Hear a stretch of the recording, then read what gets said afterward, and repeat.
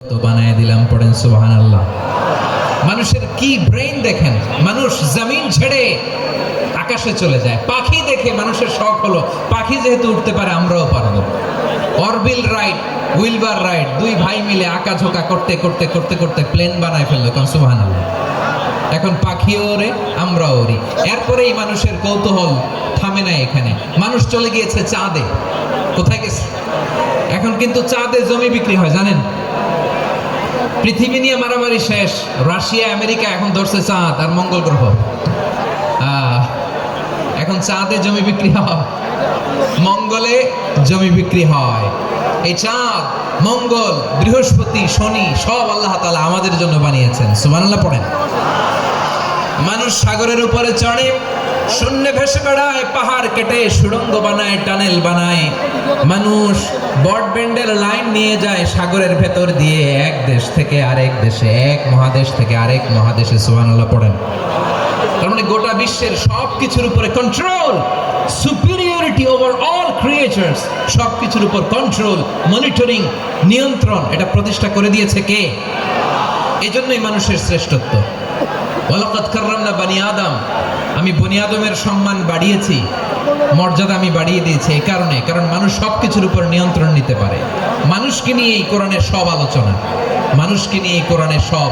তাই কোরআনের কেন্দ্রীয় আলোচ্য বিষয় হচ্ছে মানুষ। কোরআনের কেন্দ্রীয় আলোচ্য বিষয় কি? যশোরের ভাইয়েরা বুঝে থাকলে সবাই বলবেন, কোরআনের কেন্দ্রীয় আলোচ্য বিষয় কি? এই যে আমি মূল আলোচনায় যাচ্ছি এখন। কেন মানুষ কোরআনের কেন্দ্রীয় আলোচ্য বিষয়? এই যে ভাইরা, এই যে হাত জোর করে, এই যে Jessore Gen Z, the smart people of Jessore, হাত জোর করে বলতেছে, হাত জোর করে তোদের কাছে আল্লাহর দোহাই লাগে, স্টপ স্টপ। শুরুতে একবার বলেছে জায়গা না হলে আস্তে আস্তে ধাক্কা দিবা, সামনে না পিছনে, দিয়ে দিয়ে বের হয়ে চলে যাও। এলইডিতে দেখো, এই যে এই যে আল্লাহর ওয়াস্তে জায়গা না হলে ওইদিকে যাও। কোরআনের মাহফিলে বিশৃঙ্খলা, এটা কাফিরদের আলামত। কাফিররা শীষ দিত, শীষ।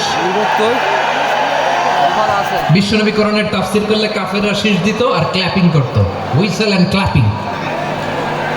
তো আমরা কি এখানে বিশৃঙ্খলা করতে আসছি? তো বারবার থামানো লাগে কেন? কোনো আওয়াজ হবে না, বললাম তো, স্টপ। আওয়াজ করে বলুন, কোরআনের কেন্দ্রীয় আলোচ্য বিষয় কি? সবাই বলেননি। এতগুলো মানুষ উত্তর দিলে এতটুকু আওয়াজ হয়, অন্তত আমি বিশ্বাস করি না। যশোর, আওয়াজ করে বলো, কোরআনের কেন্দ্রীয় আলোচ্য বিষয় কি? মানুষ। এই মানুষ কোরআনের কেন্দ্রীয় আলোচ্য বিষয়। মানুষকে আল্লাহ স্বাধীনতা দিয়েছেন। ফামান শাআ ফালইউমিন ওয়া মান শাআ ফালইয়াকফুর। চাইলে মুমিন হতে পারো, চাইলে কাফের হতে পারো, তোমার ইচ্ছা। তবে জেনে রাখো, মুমিন হলে পাবা জান্নাত, কাফির হলে পাবা জাহান্নাম। নাও দ্য ডিসিশন ইজ ইয়ার্স, সিদ্ধান্ত তোমার, জান্নাতে যাবা না জাহান্নামে যাবা। যশোরের ভাইয়ের আওয়াজ করে বলুন, কই যেতে চান, জান্নাতে না জাহান্নামে? ডান দিকে না বাম দিকে? ডানপন্থী না বামপন্থী? চিল্লা চিল্লি না চুপচাপ? চুপচাপ কয়ে আবার চিল্লাচিল্লি শুরু করে দিচ্ছে। মাশাআল্লাহ। তাহলে কোরআনের কেন্দ্রীয় আলোচ্য বিষয় মানুষ। আমার সাথে থাকতে হবে, তোমাদেরকে নিয়ে আমি আলোচনা শেষ পর্যন্ত যাব।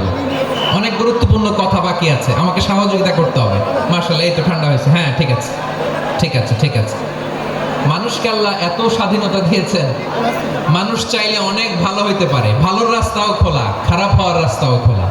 ভালো হইলে মানুষ অনেক ভালো, খারাপ হইলে অনেক খারাপ। ভালো হইলে সবচেয়ে ভালো, খারাপ হইলে সবচেয়ে খারাপ। এজন্য সিদ্ধান্ত আপনাকেই নিতে হবে। আল্লাহ তাআলা বলছেন, লাকাদ খালাকনাল ইনসানা ফি আহসানি তাকওয়িম সুম্মা